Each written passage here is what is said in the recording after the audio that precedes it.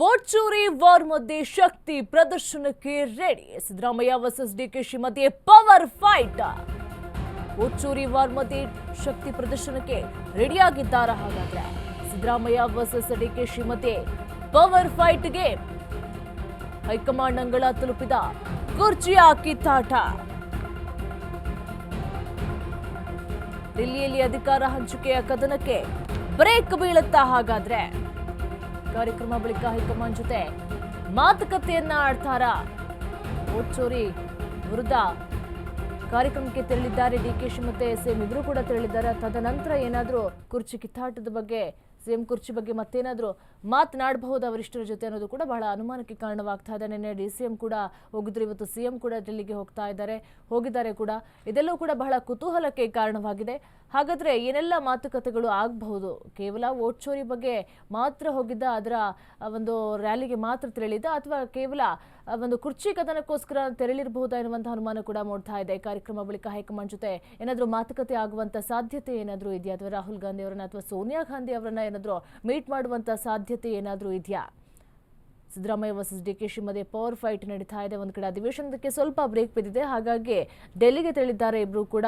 November ಕ್ರಾಂತಿ ಹೆಂಗೆ ಮುಗ್ದೋಯ್ತು, ಡಿಸೆಂಬರ್ನಲ್ಲೂ ಕೂಡ ಕ್ರಾಂತಿಯ ಕೂಗು ಕೇಳಿ ಬರ್ತಾನೆ ಇದೆ. ಆದರೆ ಡಿಸೆಂಬರ್ನಲ್ಲಿ ಅಧಿವೇಶನದ ಬಳಿಕ ನಾನಾ ಕೆಲಸಗಳು ಇರೋದ್ರಿಂದ ಮತ್ತೆ ಜನವರಿಯಲ್ಲಂತೂ ಕ್ರಾಂತಿ ಫಿಕ್ಸ್ ಆಗೋದು ಖಚಿತವಾಗಿದೆ. ಕಾರ್ಯಕ್ರಮದ ಬಳಿಕ ಹೈಕಮಾಂಡ್ ಜೊತೆ ಏನೆಲ್ಲ ಮಾತುಕತೆಯನ್ನ ಆಡ್ತಾರೆ, ಯಾರನ್ನೆಲ್ಲ ಮೀಟ್ ಮಾಡ್ತಾರೆ, ಕುರ್ಚಿ ಕದನಕ್ಕೆ ಯಾವಾಗ ತೆರೆ ಬೀಳುತ್ತೆ ಅನ್ನೋದು ಕೂಡ ಕಾದ್ ನೋಡಬೇಕಾಗಿದೆ. ಸೋನಿಯಾ ಗಾಂಧಿ ಭೇಟಿ ಆಗ್ತಾರಾ ಸಿಎಂ ಡಿಸಿಎಂ? ವರಿಷ್ಠರ ಭೇಟಿಯಾಗಲು ಡಿಕೆ ಶಿವಕುಮಾರ್ ಸರ್ಕಸ್. ವೋಟ್ ಚೋರಿ ಅಭಿಯಾನದ ಜೊತೆಗೆ ಕುರ್ಚಿಯ ಚರ್ಚೆ. ಈಗಾಗಲೇ ಅತ್ಯಾಪ್ತರ ಜೊತೆ ದೆಹಲಿಗೆ ತಲುಪಿದ್ದಾರೆ ಡಿಕೆಶಿ ಅವರು. ಆಪ್ತ ಸಚಿವರು ಮತ್ತು ಶಾಸಕರ ಜೊತೆ ದಿಲ್ಲಿಯಲ್ಲಿ ಠಿಕಾಣಿಯನ್ನ ಹೂಡಿದ್ದಾರೆ. ಹಾಗಾದ್ರೆ ಸೋನಿಯಾ ಗಾಂಧಿ ಅವರನ್ನ ಭೇಟಿ ಆಗ್ತಾರಾ ಸಿಎಂ ಮತ್ತು ಡಿಸಿಎಂ ಅನ್ನೋದು ಕೂಡ ಕಾದು ನೋಡಬೇಕಾಗಿದೆ. ವರಿಷ್ಠರನ್ನ ಭೇಟಿಯಾಗಲು ಡಿಕೆ ಶಿವಕುಮಾರ್ ಸರ್ಕಸ್ ಅನ್ನ ಮಾಡ್ತಾ ಇದ್ದಾರೆ. ಹಾಗಾದ್ರೆ ಯಾರನ್ನೆಲ್ಲ ಭೇಟಿ ಆಗಬಹುದು, ಏನೆಲ್ಲ ಮಾತುಕತೆಗಳನ್ನ ಆಡಬಹುದು? ವೋಟ್ ಚೋರಿಯ ಒಂದು ರ್ಯಾಲಿಯ ಬಳಿಕ ಮತ್ತೆ ಏನಾದರೂ ಈ ಕುರ್ಚಿ ಕಿತ್ತಾಟದ ಬಗ್ಗೆ ಮಾತನಾಡಬಹುದಾ? ಸೋನಿಯಾ ಗಾಂಧಿ ಮೀಟ್ ಮಾಡ್ತಾರಾ? ಈಗಾಗಲೇ ಅತ್ಯಾಪ್ತರ ಜೊತೆ ಕೂಡ ದೆಹಲಿಗೆ ತಲುಪಿದ್ದಾರೆ ಡಿಕೆಶಿ. ಇದು ಮೊದಲ ಬಾರಿಯಲ್ಲ, ಸಾಕಷ್ಟು ಬಾರಿ ಕೂಡ ಡಿಕೆಶಿ ಮತ್ತೆ ಅವರ ತಂಡ ದೆಹಲಿಗೆ ಹೋಗಿದ್ದು ಕೂಡ ರಾಹುಲ್ ಗಾಂಧಿ ಅವರನ್ನ ಮೀಟ್ ಮಾಡೋದಕ್ಕೆ ಸಾಧ್ಯ ಆಗಲಿಲ್ಲ. ಅಂಡ್ ರಾಹುಲ್ ಗಾಂಧಿ ಅವರು ಕೂಡ ಬಹಿರಂಗವಾಗಿ ಯಾವುದೇ ಹೇಳಿಕೆಯನ್ನು ಕೂಡ ಕೊಟ್ಟಿರಲಿಲ್ಲ. ಈಗ ವೋಟ್ ಚೋರಿ ವಾರ್ ಮಧ್ಯೆ ಈಗ ಶಕ್ತಿ ಪ್ರದರ್ಶನ ಕಾಣ್ತಾ ಇದೆ. ಇಬ್ರು ಕೂಡ ಹೋಗಿದ್ದಾರೆ. ಹಾಗಾದ್ರೆ ಸಿದ್ದರಾಮಯ್ಯ ಯಾರನ್ನ ಮೀಟ್ ಮಾಡಬಹುದು, ಡಿಕೆಶಿ ಅವರು ಯಾರನ್ನ ಮೀಟ್ ಮಾಡಬಹುದು, ಅಥವಾ ಇಬ್ರು ಒಟ್ಟಿಗೆ ಏನಾದರೂ ಮಾತುಕತೆಯನ್ನ ನಡೆಸ್ತಾರಾ, ಒಟ್ಟಿಗೆ ಏನಾದರೂ ಸೋನಿಯಾ ಗಾಂಧಿ ಅವರನ್ನ ಮೀಟ್ ಮಾಡ್ತಾರಾ ಅನ್ನೋದು ಕೂಡ ಬಹಳ ಕುತೂಹಲಕ್ಕೆ ಕಾರಣವಾಗಿದೆ. ಬ್ರೇಕ್ಫಾಸ್ಟ್ ಮೀಟಿಂಗ್ ಬಳಿಕವಾದರೂ ಕೂಡ ಸ್ವಲ್ಪ ತಣ್ಣಗಾಗುತ್ತೆ ಅನ್ನುವಂಥ ಹೊತ್ತಿನಲ್ಲಿ ಈಗ ಮತ್ತೆ ಕುರ್ಚಿ ಕದನ ಸ್ಟಾರ್ಟ್ ಆಗಿದೆ. ಈಗ ಅಧಿವೇಶನಕ್ಕೆ ಸ್ವಲ್ಪ ಬ್ರೇಕ್ ಸಿಕ್ಕಿದೆ ಅನ್ನೋಷ್ಟರಲ್ಲಿ ಮತ್ತೆ ದೆಹಲಿಗೆ ತೆರಳಿದ್ದಾರೆ ಡಿಕೆಶಿ ತಂಡ ಕೂಡ ಇದೆ. ಒಂದು ಕಡೆ ಸಿಎಂ ಕೂಡ ಹೋಗಿದ್ದಾರೆ. ಹಾಗಾದ್ರೆ ಇಬ್ರು ಕೂಡ ಯಾರನ್ನ ಭೇಟಿ ಮಾಡ್ತಾರೆ, ಯಾರು ವರಿಷ್ಠರನ್ನ ಭೇಟಿ ಮಾಡ್ತಾರೆ, ಸೋನಿಯಾ ಗಾಂಧಿ ಅವರನ್ನ ಮನವೊಲಿಸುವಂತ ಪ್ರಯತ್ನವನ್ನ ಮಾಡ್ತಾರಾ, ಅಥವಾ ಇಬ್ರು ಯಾರನ್ನಾದ್ರೂ ಬೇರೆಯವರನ್ನ ಭೇಟಿ ಆಗ್ತಾರ ಅನ್ನೋದು ಕೂಡ ಬಹಳ ಕುತೂಹಲಕ್ಕೆ ಕಾರಣವಾಗಿದೆ.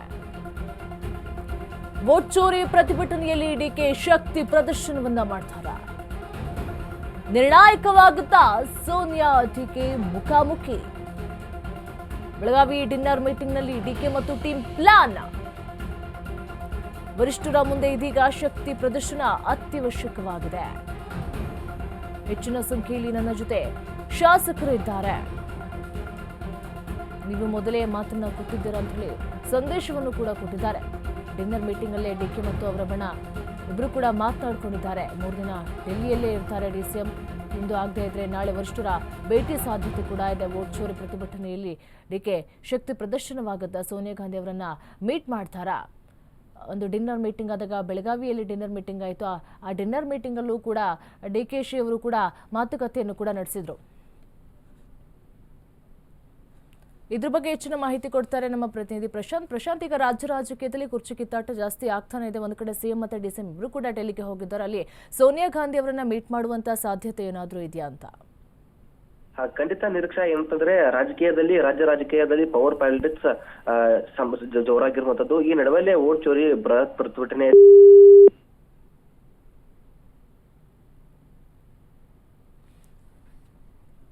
ಇವತ್ತು ಆಗದೆ ಇದ್ರೆ ನಾಳೆ ವರಿಷ್ಠರನ್ನ ಭೇಟಿಯಾಗುವಂತ ಸಾಧ್ಯತೆ ಕೂಡ ಇದೆ. ವೋಟ್ ಚೋರಿ ಪ್ರತಿಭಟನೆಯಲ್ಲಿ ಡಿಕೆ ಶಕ್ತಿ ಪ್ರದರ್ಶನವನ್ನ ಮಾಡ್ತಾರಾ? ಹಾಗಾದ್ರೆ ನಿರ್ಣಾಯಕವಾಗುತ್ತಾ? ಹಾಗಾದ್ರೆ ಕುರ್ಚಿ ಕದನಕ್ಕೆ ಏನಾದರೂ ಕ್ಲೈಮ್ಯಾಕ್ಸ್ ಬೀಳುತ್ತಾ, ತೆರೆ ಬೀಳುತ್ತಾ ಅನ್ನೋದು ಕೂಡ ಕಾದು ನೋಡಬೇಕಾಗಿದೆ. ಬೆಳಗಾವಿ ಡಿನ್ನರ್ ಮೀಟಿಂಗ್ನಲ್ಲೇ ಡಿಕೆ ಮತ್ತು ಟೀಮ್ ಪ್ಲಾನ್ ಕೂಡ ಮಾಡಿತ್ತು. ಹೀಗಾಗಿ ಡಿಕೆ ಬಣವು ಕೂಡ ಒಂದ್ ಕಡೆ ಡೆಲ್ಲಿಗೆ ಹೋಗಿದೆ. ಹಾಗಾದ್ರೆ ಸಿಎಂ ಮತ್ತು ಡಿಸಿಎಂ ಇಬ್ರು ಕೂಡ ಒಟ್ಟಿಗೆ ಮಾತುಕತೆಯನ್ನು ನಡೆಸ್ತಾರೆ, ಅಥವಾ ಅವರು ಸಪರೇಟ್ ಆಗಿ ಯಾರನ್ನ ಭೇಟಿ ಆಗ್ಬೋದು, ಡಿಸಿಎಂ ಯಾರು ಸಪರೇಟ್ ಆಗಿ ಭೇಟಿನ ಆಗ್ಬೋದು, ಅಥವಾ ಸೋನಿಯಾ ಗಾಂಧಿಯನ್ನ ಭೇಟಿ ಆಗ್ಬೋದಾ? ಇಬ್ರು ಕೂಡ ಮಾತುಕತೆಯನ್ನು ನಡೆಸ್ಬೋದಾ? ಏನೆಲ್ಲ ಚರ್ಚೆಗಳು ಆಗುತ್ತೆ? ಏನಾದರೂ ಸಲಹೆ ಸೂಚನೆಗಳನ್ನ ಕೊಡ್ತಾರಾ? 3 ದಿನ ಅಲ್ಲೇ ಇರ್ತಾರೆ ಎನ್ನುವಂಥ ಸೂಚನೆ ಕೂಡ ಸಿಗ್ತಾ ಇದೆ. ಹಾಗಾದ್ರೆ 3 ದಿನ ಏನೆಲ್ಲ ಮಾಡಬಹುದು? ನಿನ್ನೆ ಡಿಸಿಎಂ ಡಿಕೆಶಿ ಅವರು ಕೂಡ ದೆಹಲಿಗೆ ಹೋಗಿದ್ದಾರೆ, ಇವತ್ತು ಸಿಎಂ ಹೋಗಿರುವಂಥದ್ದು. ಹಾಗಾದ್ರೆ ನಿನ್ನೆ ಡಿಕೆಶಿ ಅವರು ಯಾರನ್ನ ಮೀಟ್ ಮಾಡಿರ್ಬೋದು? ಯಾಕಂತ ಹೇಳಿದ್ರೆ ಅವರಿಬ್ಬರು ಒಟ್ಟಿಗೆ ಹೋಗುವಂಥ ಸಾಧ್ಯತೆ ಕೂಡ ಹೆಚ್ಚಿತ್ತು. ಆದರೆ ಒಟ್ಟಿಗೆ ಹೋಗಲಿಲ್ಲ. ಡಿಸಿಎಂ ಮೊದಲು ಹೋದಾದ್ಮೇಲೆ ಸಿಎಂ ಹೋಗಿದ್ರು. ಅಲ್ಲಿ ಯತೀಂದ್ರ ಹೇಳಿಕೆ ಬಗ್ಗೆ ಏನಾದರೂ ಪ್ರಸ್ತಾಪ ಆಗುತ್ತಾ ಅನ್ನೋದು ಕೂಡ ಬಹಳ ಕುತೂಹಲಕ್ಕೆ ಕಾರಣವಾಗಿದೆ. ಬೆಳಗಾವಿ ಡಿನ್ನರ್ ಮೀಟಿಂಗ್ನಲ್ಲೇ ಡಿಕೆ ಮತ್ತು ಟೀಮ್ ಬಹಳ ಪ್ಲಾನ್ ಅನ್ನ ಮಾಡಿಕೊಂಡಿತ್ತು. ವರಿಷ್ಠರ ಮುಂದೆ ಇದೀಗ ಶಕ್ತಿ ಪ್ರದರ್ಶನ ಅತ್ಯವಶ್ಯಕವಾಗಿದೆ. ಒಂದು ಕಡೆ ಅಧಿವೇಶನಕ್ಕೆ ಸ್ವಲ್ಪ ಬ್ರೇಕ್ ಸಿಕ್ಕಿದೆ. ಅಧಿವೇಶನ ಹೆಂಗೋ ಮಾಡಬೇಕಲ್ಲ ಅಂತ ಹೇಳಿ ಮಾಡ್ತಾ ಇದ್ದಾರೆ. ಒಟ್ಟಿನಲ್ಲಿ ಅಲ್ಲೂ ಕೂಡ ಬೆಂಗಳೂರಿಂದ ಬೆಳಗಾವಿಗೂ ಕೂಡ ಈ ಲಂಚ್ ಪಾಲಿಟಿಕ್ಸ್ನೆಲ್ಲ ತಗೊಂಡು ಹೋದ್ರು. ಈಗ ಡೆಲ್ಲಿಗೂ ಕೂಡ ತೆರಳಿದ್ದಾರೆ. ಇನ್ನು ಅಧಿವೇಶನದಲ್ಲಿ ಬಂದು ಉತ್ತರ ಕರ್ನಾಟಕದ ಸಮಸ್ಯೆಗಳು, ನಾನಾ ಸಮಸ್ಯೆಗಳನ್ನು ಅದು ಯಾವಾಗ ಬಗೆಹರಿಸ್ತಾರೆ ಅಂತಲೂ ಕೂಡ ಗೊತ್ತಿಲ್ಲ. ಸ್ವಲ್ಪ ಗ್ಯಾಪ್ ಸಿಕ್ಕಿದ್ರೆ ಸಾಕು, ಅದರಲ್ಲೂ ಕೂಡ ಕುರ್ಚಿ ಕಿತ್ತಾಟವನ್ನು ಮತ್ತೆ ಶುರು ಮಾಡ್ತಾರೆ. ಇವತ್ತು ಅಥವಾ ನಾಳೆ ವರಿಷ್ಠರನ್ನ ಭೇಟಿ ಆಗ್ತಾರೆ. ವೋಟ್ ಚೋರಿ ಪ್ರತಿಭಟನೆಯಲ್ಲಿ ಡಿಕೆ ಹಾಗಾದ್ರೆ ಶಕ್ತಿ ಪ್ರದರ್ಶನವನ್ನ ಮಾಡ್ತಾರಾ? ಪ್ರಶಾಂತ್, ಈಗ ರಾಜಕೀಯದಲ್ಲಿ ಕುರ್ಚಿ ಕಿತ್ತಾಟ ಜಾಸ್ತಿ ಆಗ್ತಾನೆ ಇದೆ. ಈಗ ನೋಡಿದ್ರೆ ಸಿಎಂ ಮತ್ತು ಡಿಸಿಎಂ ಇಬ್ರು ಕೂಡ ಡೆಲ್ಲಿಗೆ ಹೋಗಿದ್ದಾರೆ. ಅಲ್ಲಿ ಸೋನಿಯಾ ಗಾಂಧಿ ಅವರನ್ನ ಏನಾದರೂ ಮೀಟ್ ಮಾಡುವಂತ ಸಾಧ್ಯತೆ ಏನಾದರೂ ಇದೆಯಾ ಅಂತ?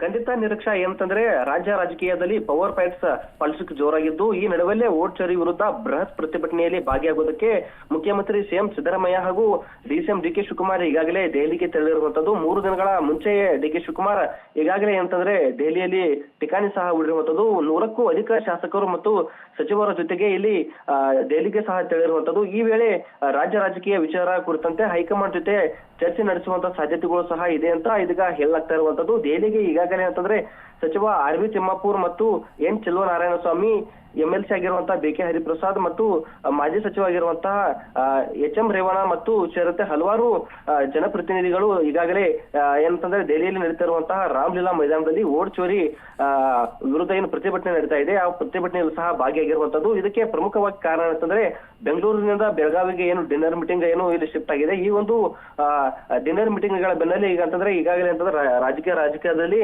ಈಗಾಗಲೇ ಅಂತಂದ್ರೆ ಸಿಎಂ ಬದಲಾವಣೆ ಬಗ್ಗೆ ಸಾಕಷ್ಟು ರೀತಿಯಲ್ಲಿ ಮಾತುಗಳು ಕೇಳಿ ಬರ್ತಾ ಇರುವಂತದ್ದು. ಡಿ.ಕೆ. ಶಿವಕುಮಾರ್ ಬಣದಲ್ಲಿ ಗುರುತಿಸಿಕೊಂಡಿರುವಂತಹ ನಾಯಕರು ಸಹ ಜನವರಿ 6 ಅಥವಾ 9ರಂದು ಡಿ.ಕೆ. ಶಿವಕುಮಾರ್ ಅವರು ಏನಂತ ಸಿಎಂ ಆಗ್ತಾರೆ ಅಂತ ಪದೇ ಪದೇ ಹೇಳಿಕೆಯನ್ನು ನೀಡ್ತಾ ಇರುವಂತದ್ದು. ಈ ಬೆನ್ನಲ್ಲೇ ಏನಂತಂದ್ರೆ ಅದಕ್ಕೆ ಕೌಂಟರ್ ಆಗಿ ನೀಡೋದಕ್ಕೆ ಇಲ್ಲಿ ಸಿಎಂ ಸಿದ್ದರಾಮಯ್ಯ ಅವರ ಪುತ್ರ ಯತೀಂದ್ರ ಸಿದ್ದರಾಮಯ್ಯ ಅವರಿದ್ದಾರೆ. ನಾಯಕತ್ವ ಯಾವುದೇ ಬದಲಾವಣೆ ಇರಲ್ಲ. 5 ವರ್ಷಗಳ ಕಾಲ ನಮ್ಮ ತಂದೆಯವರೇ ಸಿಎಂ ಆಗಿ ಸಾಕಷ್ಟು ರೀತಿಯಲ್ಲಿ ಸಿಎಂ ಆಗಿ ಮುಂದುವರಿತಾರೆ ಅಂತ ಹೇಳಿ ಸಾಕಷ್ಟು ಬಾರಿ ಬೆಳಗಾವಿಯಲ್ಲಿ ಸಹ ಹೇಳಿಕೆಯನ್ನು ನೀಡಿರುವಂತದ್ದು. ಈ ಬೆನ್ನಲ್ಲೇ ಅಂತಂದ್ರೆ ಇವತ್ತು ದೆಹಲಿಯ ರಾಮಲೀಲಾ ಮೈದಾನದಲ್ಲಿ ನಡೀತಾ ಇರುವಂತಹ ವೋಟ್ ಚೋರಿ ಪ್ರತಿಭಟನೆಯಲ್ಲಿ ಭಾಗಿಯಾದ ನಂತರ ಏನಂದ್ರೆ ಡಿ.ಕೆ. ಶಿವಕುಮಾರ್ ಏನಂತಂದ್ರೆ ವರಿಷ್ಠರನ್ನ ಭೇಟಿಯಾಗಿ ಚರ್ಚೆಯನ್ನು ಸಹ ನಡೆಸಿರುವಂತದ್ದು. ಇನ್ನು ಬೆಳಗಾವಿಯಲ್ಲಿ ಡಿನ್ನರ್ ಸಂದರ್ಭದಲ್ಲಿ ಈತ ಸಿದ್ದರಾಮಯ್ಯ ಅವರು ಸಹ ತಮ್ಮ ಆಪ್ತರ ಜೊತೆ ಡಿನ್ನರ್ ಮೀಟಿಂಗ್ ನಲ್ಲಿ ಭಾಗಿಯಾಗಿದ್ರು. ಡಿ.ಕೆ. ಶಿವಕುಮಾರ್ ಸಹ ತಮ್ಮ ಆಪ್ತರೊಂದಿಗೆ ಇಲ್ಲಿ ಡಿನ್ನರ್ ಮೀಟಿಂಗ್ ನಲ್ಲಿ ಸಹ ಭಾಗಿಯಾಗಿದ್ರು. ಈ ಒಂದು ಡಿನ್ನರ್ ಮೀಟಿಂಗ್ ನಲ್ಲಿ ತಮ್ಮ ಸಂಖ್ಯಾಬಲಗಳನ್ನ ಇಲ್ಲಿ ಖಚಿತಪಡಿಸಿಕೊಂಡಿದ್ದಾರೆ ಅಂತ ಇದಕ್ಕೆ ಒಂದಿಷ್ಟು ಹೇಳಲಾಗ್ತಾ ಇರುವಂತದ್ದು. 70ಕ್ಕೂ ಅಧಿಕ ಜನರು ಇಲ್ಲಿ ಡಿ.ಕೆ. ಶಿವಕುಮಾರ್ ಪರವಾಗಿದ್ದಾರೆ ಅಂತ ಇಲ್ಲಿ ಕೆಲವೊಂದಿಷ್ಟು ಮೂಲಗಳಿಂದ ಅಶ್ವವೇಗ ನ್ಯೂಸ್ಗೆ ತಿಳಿದು ಬಂದಿರುವಂತದ್ದು. ಸಿಎಂ ಸಿದ್ದರಾಮಯ್ಯ ಪರವಾಗಿಯೂ ಕೆಲವೊಂದಿಷ್ಟು ಶಾಸಕರು ಮತ್ತು ಸಚಿವರು ಇರುವಂತದ್ದು ಸಹ ಈಗ ಹೇಳಲಾಗ್ತಾ ಇರುವಂತದ್ದು. ಈ ಒಂದು ವಿಷಯದ ಕುರಿತಂತೆ ಏನಂದ್ರೆ 2028ರ ನಂತರ ಈಗಾಗಲೇ ಅಂತಂದ್ರೆ ಸಾಕಷ್ಟು ರೀತಿಯಲ್ಲಿ ಸಿಎಂ ಕುರ್ಚಿ ಮೇಲೆ ಸಾಕಷ್ಟು ರೀತಿಯಲ್ಲಿ ಅಹಿಂದ ನಾಯಕರಲ್ಲಿ ಗುರುತಿಸಿಕೊಂಡಿರುವಂತಹ ಜಿ. ಪರಮೇಶ್ವರ್ ಆಗಿರ್ಬೋದು, ಸಚಿವ ಸತೀಶ್ ಜಾರಕಿಹೊಳಿ ಆಗಿರ್ಬೋದು ಸಿಎಂ ಆಗ್ಬೇಕಂತ ಆಶೆಯನ್ನ ಇಟ್ಕೊಂಡಿರುವಂತದ್ದು.